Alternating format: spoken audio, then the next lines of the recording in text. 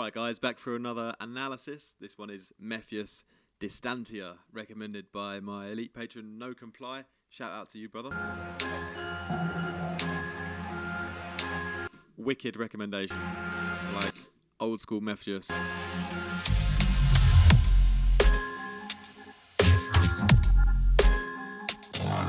Oh, what I already love.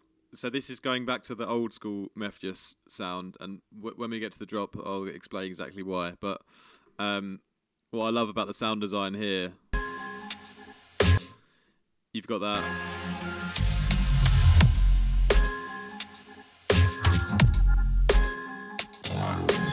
Like that kind of bell sound almost that goes dum down, and then as it goes to the end, like as it releases out to the end of the sound, essentially there's like a little sort of reversed glitch part of it that he's sort of added on to the end, like before we get back to the first beat, and that is just one of these little details that makes it so much more valuable to listen to.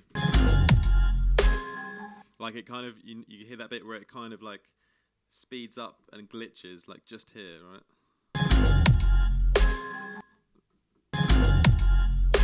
That little part there.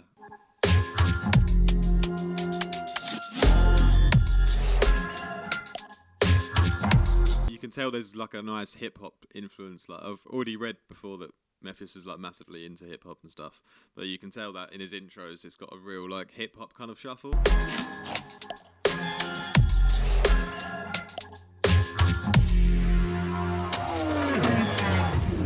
And you know, there's always that marriage of like those synths that he's using that are like really kind of aggressive and kind of sweeping, but they're very synthetic still.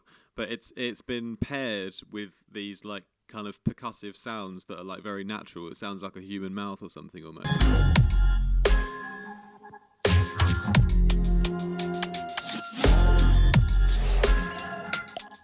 Like that little pop there, that little. These kind of little natural organic sounds just completely counterbalance that like synthness. So it's very it's very balanced.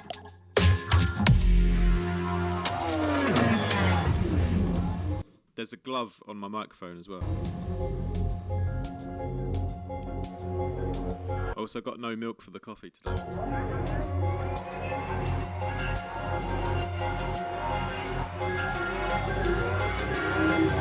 We've got that hat in the intro that's, you know, keeping the rhythm and stuff. You can mix to it, whatever. But the hat is very much, although it's functional, it fits, you know, it's not like it's too aggressive or it's too much in the background. It's like just sitting right, and it's got just enough release on it as well that it's just, it's at that perfect level in the mix, you know, where it's not like too much in the forefront or too much like in the background.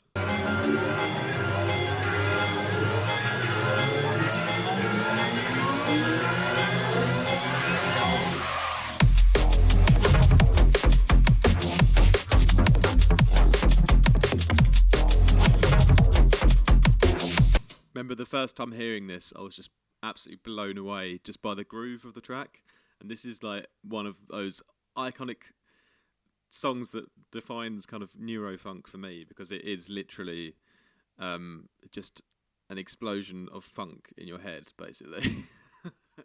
The groove is just insane. Like the way it kind of slows down, but it's still got this rhythm to it at the same time.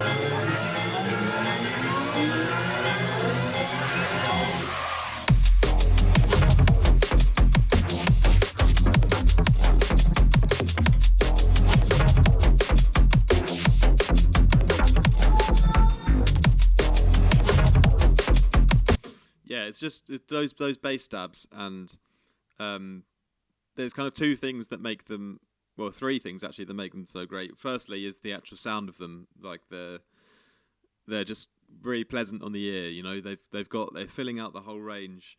They have high end to them, but it's not like overdone. It's like they're still quite a warm sound overall, those stabs. But the other two things that are really wicked about them is the actual, just the MIDI programming of the groove. It's just like absolutely perfect in time with the drums as well. But also each individual stab, where it has its attack and where it has its release, like on the individual stab, like the start and end of each stab, basically, if you go like really zoom into it, like how it starts and how it ends each one, that also adds to the groove. So it's kind of like, imagine if you're a drummer, you know, like playing like a hi-hat groove or something, it's like how long specifically each hi-hat hit is going to stay on for, how soft you kind of start with the hit, and then also if you added a little bit of like a release, if you were lifting the pedal and like giving a longer hi-hat, like how much of it would you do? So that the beginning, the end, and the actual attack, and that is in a sense like, you know, it's like it's an instrument that can be played in so many ways. And the reason those bass stabs sound so cool is because they all have these little alterations on the sound, as well as the groove, which is awesome compared to the drums. So overall, that's what makes it so funky, basically.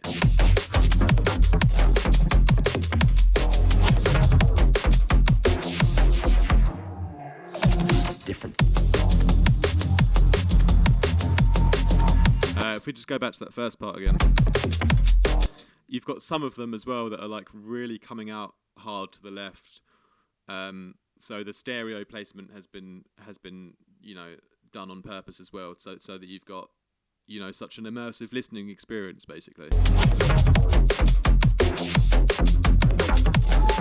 So it's not like all of them are stereoed out. It's like most of them are kind of in the middle, and then you get this occasional one that's been delayed on the left for like a slight moment, and it just kind of, you know, before you get too focused on one area, it's like it's coming at you from a different angle, so you're being surrounded by the sound, basically.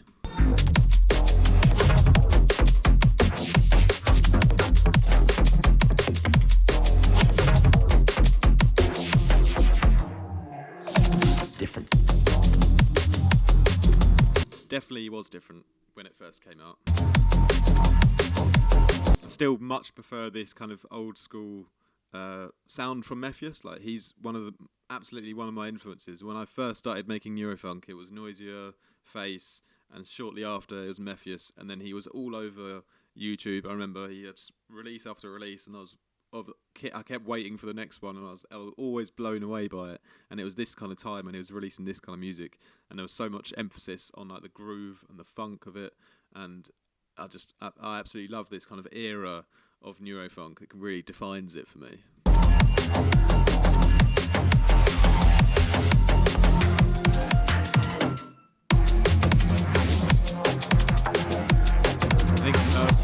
So one of the first songs I ever wrote was called Territory, and it was on Mindtech Recordings, and that was heavily influenced by this kind of style. I was trying to get those fast kind of Neurofunk kind of stabs going on, and yeah, it just made me think of that. I forgot about that tune. I don't think I've ever played it out.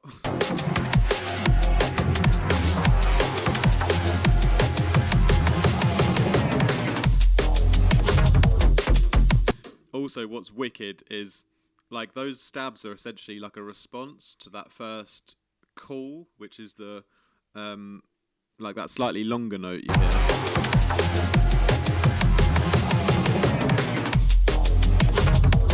That dum wom, and then it goes dum dum dum, but it's that dum wom. That's the like, hello, here we are, and then the stabs are like, yeah, here we are too, mate. Like, watch out.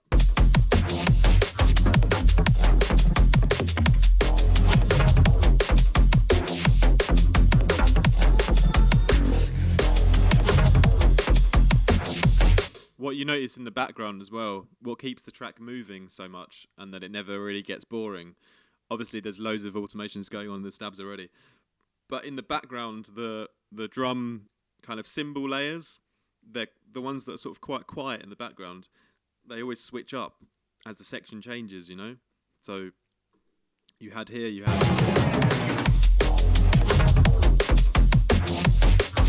these kind of really soft kind of rides that are going like that.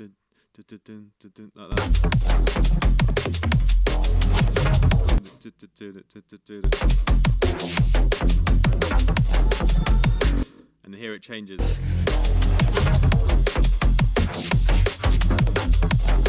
got that 16th fast shaker that's taking up that area of the background.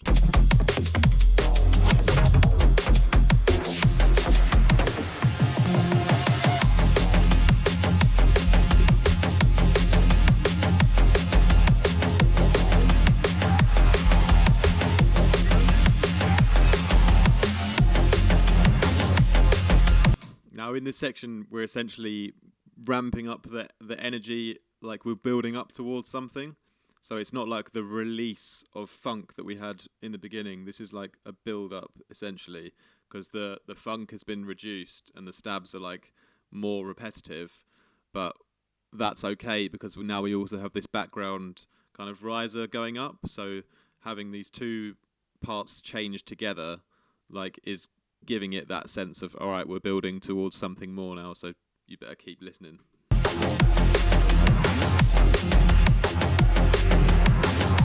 Because essentially what you're doing, like you're making a YouTube video and you've got to like get people to watch from start to finish. So you're like, oh, make sure you stay till the end because I'm going to reveal this. Like essentially that's what you're doing when you're making music. You're like, I'm always building towards something, so you better still be listening. And that's how you're captivating a listener to listen from start to finish, right? It's a narrative and it's a story. You know, it's not just a few riffs and some cool loops. It's a story that keeps you hooked.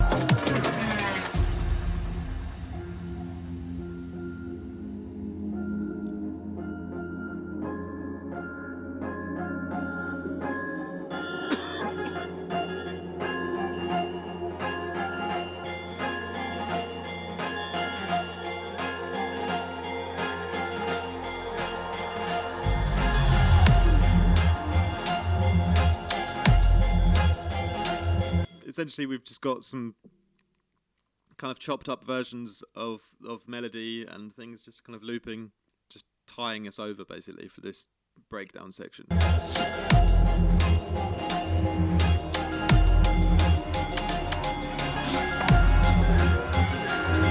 you hear those little different grooves like he just put in the drums there. There was a bit where it was like like a kind of like funky little hip hop groove, but you only heard it for like 1 little second. It's just a little bit of like style points.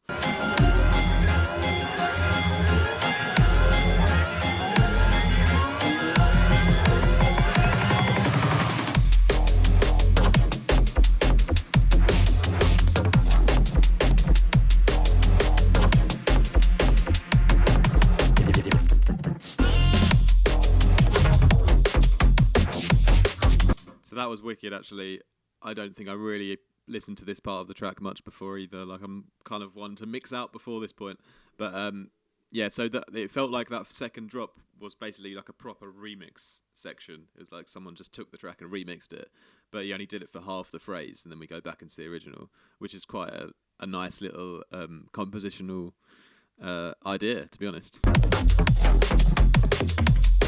I mean, who am I to say that it wouldn't be? Like, it's Mefjus, right? He's like a god, so.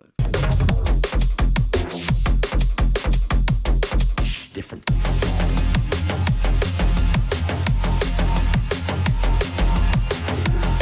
But also what we had in that second drop, which I've sometimes done before as well, is like there was a background kind of transitional riser in there as well.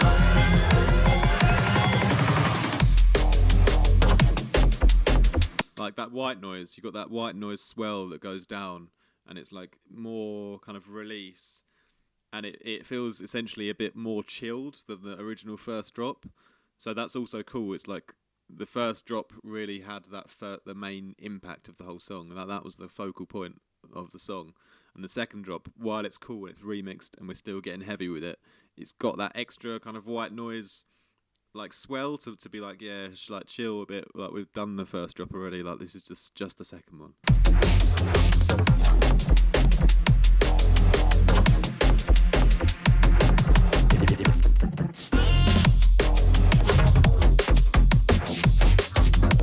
I also really like that little noise that comes in just before it changes up again, that nah, because that's like a new sound, wasn't it, that we hadn't heard yet.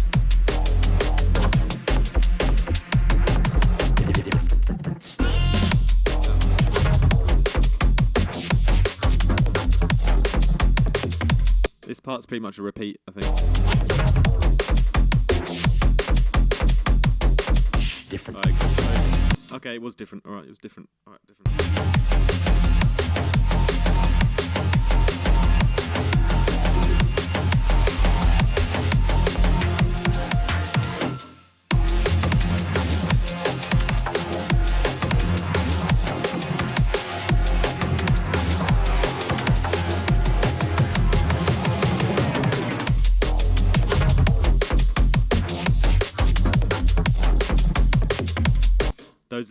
Those sound effects things in the background as well. There's kind of like vocal monster kind of noises as well. They're just absolutely epic.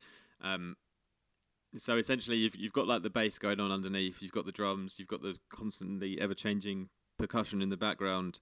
Then you've got those main stabs, which have not only cool sound design but different transitional points in the beginning and the end of each hit, which make them all different. They're panned out separately with bits of delay very subtly here and there, and they've got a wicked groove. And then to couple that, you've also got a couple of extra like SFX sound effects that also go along with them, like occasionally, like these little I can only describe them as like monster vocal wobble things, right?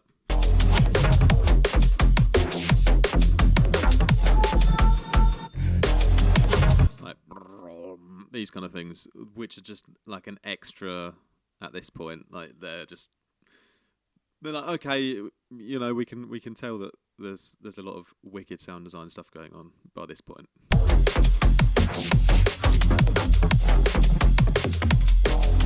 But it's all about that groove of the bass stabs for me on this one. Like no matter how much more sound design stuff you do, it just give me the kick and the snare and those bass stabs and that rhythm, and I'll already be dancing away.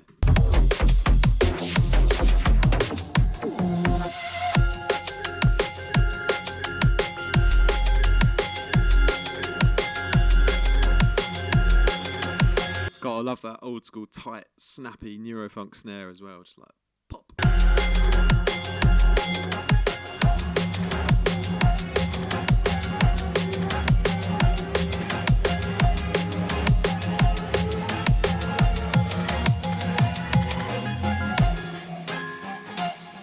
Most important part of every song now, the outro, right? We've got to pay attention very, very carefully for this.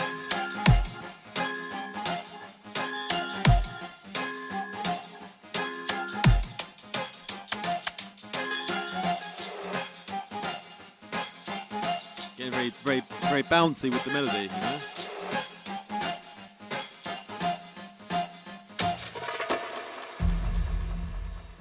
There's a bit of a drum kind of reverb sound there.